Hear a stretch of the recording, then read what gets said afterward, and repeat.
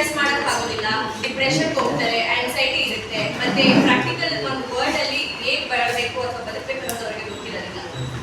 ಅದಕ್ಕೆ ಮುಖ್ಯ ಆಗಿರೋದು ನಮ್ಮ legal awareness. So legal awareness ಅಲ್ಲಿ ನಮಗೆ ಅವರು ಒಂದು ಕ್ರೈಮ್ ಮಾಡದೇ ಇರೋ ಹಾಗೆ ಅವ್ರು ಹೇಗೆ ಅವರ ಒಂದು ಕಾನ್ಫಿಡೆನ್ಸ್ ನ ಅವ್ರು ಬೆಳೆಸ್ಕೊಂಡು ಅವರಿಗೆ ಆಗ್ತಿರುವಂತ ಚಾಲೆಂಜಸ್ ಅಥವಾ ತೊಂದರೆಗಳನ್ನ ಅವ್ರಿಗೆ ಹೇಗೆ ಅವ್ರ ಪೇರೆಂಟ್ಸ್ ಅಥವಾ ಅವರ ಸಂಬಂಧದಲ್ಲಿ ಹೇಳ್ಕೋಬೇಕು ಅನ್ನೋದನ್ನ ಕಲಿಬೇಕಾಗಿದೆ. ಸೊ ನಮ್ಮ ಕಾನೂನು ಕವಚ ಈ ಒಂದು ಯೂನಿಕ್ ಆಗಿ ನಾವು ಸರ್ ಇಮ್ರಾನ್ ಖಾನ್ ಸರ್ ಅವರು ಡಿಸೈನ್ ಮಾಡಿದ್ರು. So when sir ask me, ನನಗೆ ತುಂಬಾ ಇಂಟ್ರೆಸ್ಟಿಂಗ್ ಅನಿಸ್ತು. ಬಿಕಾಸ್ ಕಾನೂನು ಅಥವಾ ಒಂದು ಲಾ ಅನ್ನೋ ಸಬ್ಜೆಕ್ಟ್ ಬರೀ ಲಾಯರ್ಸ್ಗೆ, ಕೋರ್ಟ್ಗೆ, ಜಡ್ಜಸ್ ಮಾತ್ರ ಸೀಮಿತ ಆಗಿದೆ ಅನ್ನೋದಿದೆ. ಸೊ ಈಗ ಪ್ರಾಕ್ಟಿಕಲ್ ಆಗಿ ಸ್ಕೂಲ್ಸ್ ಮತ್ತೆ ಕಾಲೇಜಸ್ ನೋಡಿದಾಗ ನಾವು ಏನಾಗುತ್ತೆ ಅಂದ್ರೆ ಎಲ್ಲ ಸಬ್ಜೆಕ್ಟ್ಸ್ಗಳು ಬರೀ ಥಿಯೋರಿಟಿಕಲ್ ಆಗಿರುತ್ತೆ, ಪ್ರಾಕ್ಟಿಕಲ್ ರಿಲೇಟೆಡ್ ಥಿಂಗ್ಸ್ ಇರೋದಿಲ್ಲ ಸ್ಪೋರ್ಟ್ಸ್ ಬಿಟ್ಟರೆ. ಸೊ ಈಗ ಒಂದು ಲೀಗಲ್ ನಾಲೆಜ್ ಬಗ್ಗೆ ಎಷ್ಟು ಮುಖ್ಯ ಅವೇರ್ನೆಸ್ ಅನ್ನೋದು ಒಂದು ಕಮ್ಮಿ ಆಗಿದೆ.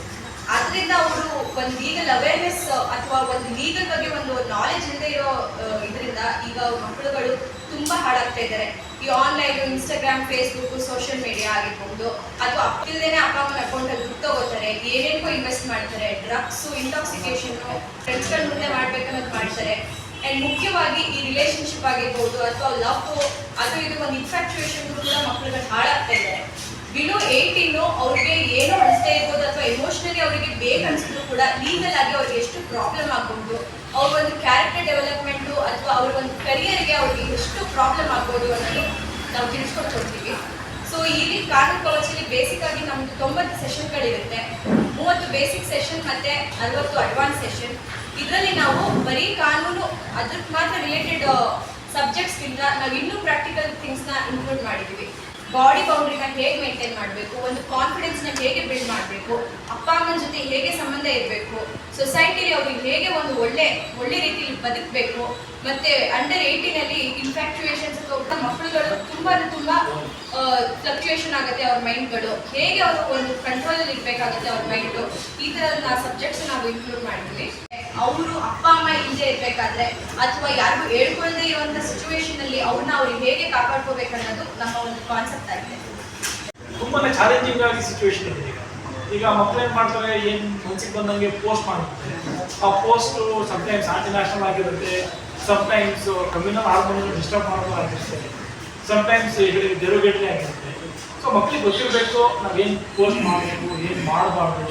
ಮತ್ತು ಈಗ ಎಷ್ಟೋ ಮಕ್ಕಳು ಅಂಡರ್ 18 ಅವರು ಈಗ 17-16 ಇಯರ್ಸ್ ಓದ್ತಾ ಇರೋ ಕಾಲೇಜ್ ಹುಡುಗರು ಏನಾದರೂ ಸೇಮ್ 16 ಅಂಡರ್ 18 ಇರೋ ಮಕ್ಕಳ ಜೊತೆ ಡೇಟ್ ಮಾಡಿದ್ರೆ ಏನು ಕಾನ್ಸಿಕ್ವೆನ್ಸಸ್ ಆಗುತ್ತೆ.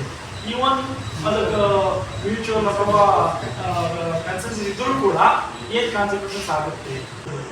ಮತ್ತು ಸ್ಕೂಲ್ಗಳಲ್ಲಿ, ಕಾಲೇಜುಗಳಲ್ಲಿ ಸಣ್ಣ ಪುಟ್ಟ ವಿಷಯಕ್ಕೆಲ್ಲ ಜಗಳ ಆಗುತ್ತೆ. ಜುವೆನೈಲ್ ಅಂಡರ್ ಅನ್ನೋದು ಇಶ್ಯೂ ಆದರೆ ಸೊ ಅದರಿಂದ ಅವ್ರಿಗೆ ಏನೇನು ಇಶ್ಯೂ ಇದೆಯೋ, ಭವಿಷ್ಯ ಹೇಗೆ ಸುರಕ್ಷೆ ಮಾಡ್ಕೋಬೋದು ಅಥವಾ ಭವಿಷ್ಯ ಹಾಳಾಗ್ಬೋದು. ಸೊ ಈ ಒಂದು ಅಡ್ವಾನ್ಸ್ ಸೆಷನ್ ಮಾಡಿರೋ ಮಕ್ಕಳ ಜೊತೆ ಡೀಲ್ ಮಾಡೋದು ಕಷ್ಟ ಆಗುತ್ತೆ. ಒಂದು ಮಕ್ಕಳಲ್ಲಿ ಕಾನ್ಫಿಡೆನ್ಸ್ ಕಡಿಮೆ ಇರೋದ್ರಿಂದ ಪರ್ಟಿಕ್ಯುಲರ್ಲಿ ಹೆಣ್ಮಕ್ಳು ಎಷ್ಟೋ ಸರಿ ನೋವಂತ ಕಾನ್ಫಿಡೆಂಟ್ ಆಗಿ ಹೇಳೋದು ಹಿಂದಿರುತ್ತೆ. ಸೊ ಅವರಲ್ಲಿ ಒಂದು ಕಾನ್ಫಿಡೆನ್ಸ್ ತುಂಬೋ ಕೆಲಸ ಈ ಎಲ್ಲ ಸ್ಕೂಲಲ್ಲಿ ಲೆವೆಲ್ ನಾವು ಮಾತಾಡಿದ್ವಿ. ಕಮರ್ಷಿಯಲ್ ಮಾಡ್ಕೊಳ್ಳೋದಕ್ಕಿಂತ ಅವಶ್ಯಕತೆ ಇದೆ ಅಷ್ಟು ಮಾತ್ರ ನಾವು ಫ್ರೀ ಆಫ್ ಕಾಸ್ಟ್ ಮಾಡೋ ಪ್ಲಾನ್ ಇದೆ ಸರ್. ಓನ್ಲಿ ಫಾರ್ ನಾವು ಡಿಸೈನ್ ಕೂಡ ಹೆಂಗ್ ಮಾಡಿದೀವಿ ಅಂದ್ರೆ ಅನ್ಲಿಮಿಟೆಡ್ ಆಗಿ ತುಂಬಾ ಚೆನ್ನಾಗಿ ಮಾಡಿದೀವಿ ಸರ್. ಮಕ್ಕಳಿಗೆ ಮಾತ್ರ ಸೀಮಿತ ಆಕ್ಚುಲಿ ಮಾಡಬಾರ್ದು, ಪೋಷಕರು ಕೂಡ ಮತ್ತೆ ಎಲ್ರಿಗೂ ಒಂದು ಲೀಗಲ್ ಇದು ಕೊಡುತ್ತೆ, ಒಂದು ಅಂಡರ್ಸ್ಟ್ಯಾಂಡ್. ನನಗೂ ಕೂಡ ಭೂಮಿಗಳ ಜೊತೆ ಕೆಲಸ ಮಾಡಿ ನನ್ಗೆ ಎಷ್ಟೋ ಅವೇರ್ನೆಸ್ ಸಿಕ್ಕಿದೆ ಸರ್. ಇವನ್ ಒಂದು ಬಿಸ್ನೆಸ್ ಇದ್ರೂ ಕೂಡ ನಮ್ಗೆ ನಾಲೆಡ್ಜ್ ಇಲ್ಲ ಲಾ ಬಗ್ಗೆ. ಸೊ ಪೋಷಕರು ತಿಳ್ಕೊಂಡ್ರೆ ಅವ್ರ ಮಕ್ಕಳು ಚೆನ್ನಾಗಿ ಟ್ರೈನ್ ಮಾಡ್ಬೋದು.